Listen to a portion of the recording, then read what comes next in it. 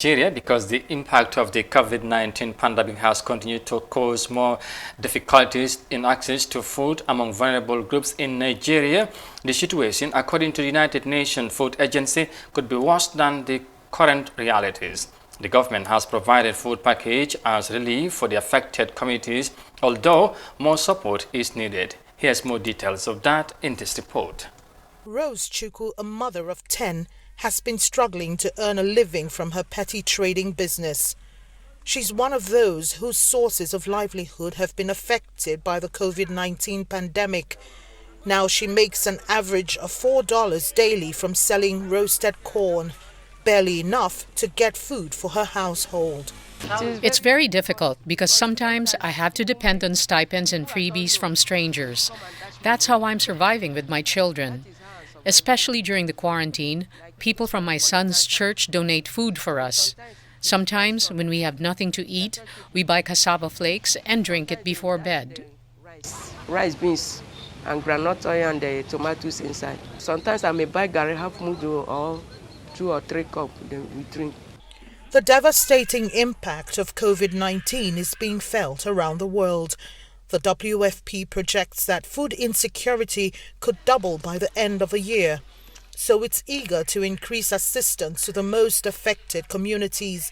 But it will cost the WFP about $4.9 billion to sustain this huge increase of people in need of support that shot up from last year's 97 million people. Well, the COVID pandemic is creating a hunger pandemic. In fact, we've gone from now 135 million people on the brink of starvation to 270 million people. And while we've got to have a vaccine for COVID, we do have a vaccine for hunger and starvation, and that's the World Food Program. So we need support right now, and if we don't get that support, you can imagine death rates, starvation, mass migration by necessity, and exploitation by extremists. The impact had long been felt in Nigeria before the coronavirus outbreak. The Food and Agriculture Organization estimates that about 7 million people will experience food shortage across 13 states. That situation has been worsened by the Boko Haram insurgency and continuing conflict between farmers and herders. But the figures, exacerbated by COVID-19, are rapidly rising. The intervention that is needed at the moment is for government to have a state of emergency in agriculture. It's very, very, very key and important. Now, agriculture should be a grassroots topic. Everybody needs to have a food bank. Food prices are on the rise, far beyond the reach of a majority like Rose, whose incomes have been cut off or reduced significantly.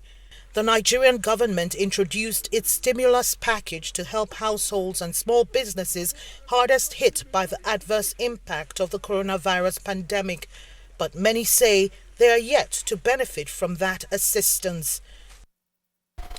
The impact of the COVID-19 global pandemic continues to cause food shortages in vulnerable communities in Nigeria.